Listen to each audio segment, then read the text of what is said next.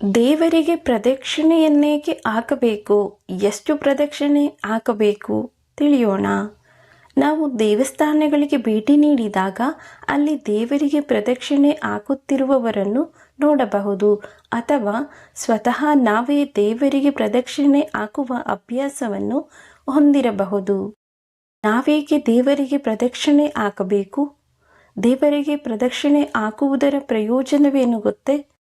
ಸನಾತನ ಧರ್ಮದಲ್ಲಿ ಪೂಜೆಯ ನಂತರ ಮತ್ತು ಪೂಜೆಯ ಸಮಯದಲ್ಲಿ ಅನೇಕ ನಿಯಮಗಳನ್ನು ಅನುಸರಿಸಬೇಕಾಗುತ್ತದೆ.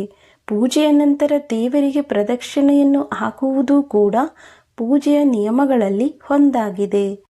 ದೇವರಿಗೆ ಪ್ರದಕ್ಷಿಣೆಯನ್ನು ಹಾಕಿದ ನಂತರ ದೇವರ ಆಶೀರ್ವಾದವನ್ನು ಪಡೆದುಕೊಳ್ಳಬೇಕು. ದೇವಸ್ಥಾನದಲ್ಲಿ ನಾವು ಹಾಕುವ ಪ್ರದಕ್ಷಿಣೆಗಾಗಲಿ, ದೇವರ ಮುಂದೆ ನಿಂತು ನಾವು ಹಾಕುವ ಪ್ರದಕ್ಷಿಣೆಗಾಗಲಿ ಹೆಚ್ಚಿನ ಪ್ರಾಮುಖ್ಯತೆಯನ್ನು ನೀಡಲಾಗಿದೆ. ಇವುಗಳು ಧಾರ್ಮಿಕ ಮತ್ತು ವೈಜ್ಞಾನಿಕ ಪ್ರಾಮುಖ್ಯತೆಯನ್ನು ಒಳಗೊಂಡಿದೆ. ದೇವರಿಗೆ ನಾವು ಪ್ರದಕ್ಷಿಣೆಯನ್ನು ಯಾಕೆ ಹಾಕಬೇಕು ಎಂಬುದನ್ನು ತಿಳಿಯೋಣ. ಗಣಪತಿ ಮತ್ತು ಕಾರ್ತಿಕೇಯನ ಪ್ರದಕ್ಷಿಣೆ. ಒಂದು ದಂತಕಥೆಯ ಪ್ರಕಾರ ಭಗವಾನ್ ಶಿವ ಮತ್ತು ಪಾರ್ವತೀ ದೇವಿಯು ತಮ್ಮ ಮಕ್ಕಳಾದ ಗಣೇಶ ಮತ್ತು ಕಾರ್ತಿಕೇಯನಿಗೆ ಒಂದು ಷರತ್ತನ್ನು ನೀಡುತ್ತಾರೆ.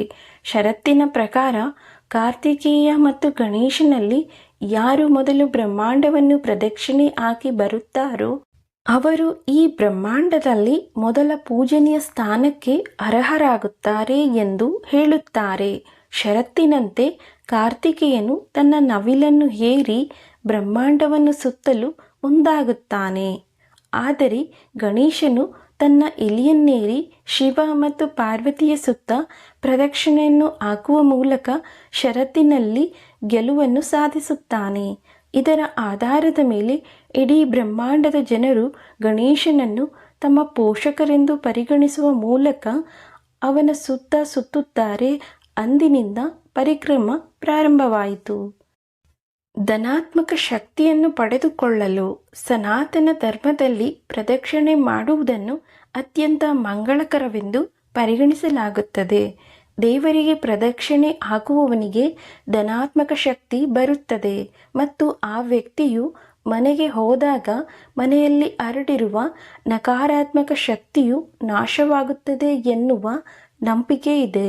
ಆದ್ದರಿಂದ ಭಗವಂತನನ್ನು ಪ್ರದಕ್ಷಿಣೆ ಮಾಡುವುದು ಲಾಭದಾಯಕವೆಂದು ಪರಿಗಣಿಸಲಾಗುತ್ತದೆ. ಮನೆಗೆ ಸಂತೋಷ ಮತ್ತು ಸಮೃದ್ಧಿ ಬರುವುದು. ಧಾರ್ಮಿಕ ನಂಬಿಕೆಯ ಪ್ರಕಾರ ದೇವರಿಗೆ ಪ್ರದಕ್ಷಿಣೆ ಮಾಡುವುದರಿಂದ ಮನೆಯಲ್ಲಿ ಯಾವುದೇ ಸಂತೋಷ, ಸಮೃದ್ಧಿ ಮತ್ತು ಸಂಪತ್ತಿಗೆ ಕೊರತೆ ಎನ್ನುವುದು ಎದುರಾಗುವುದಿಲ್ಲ.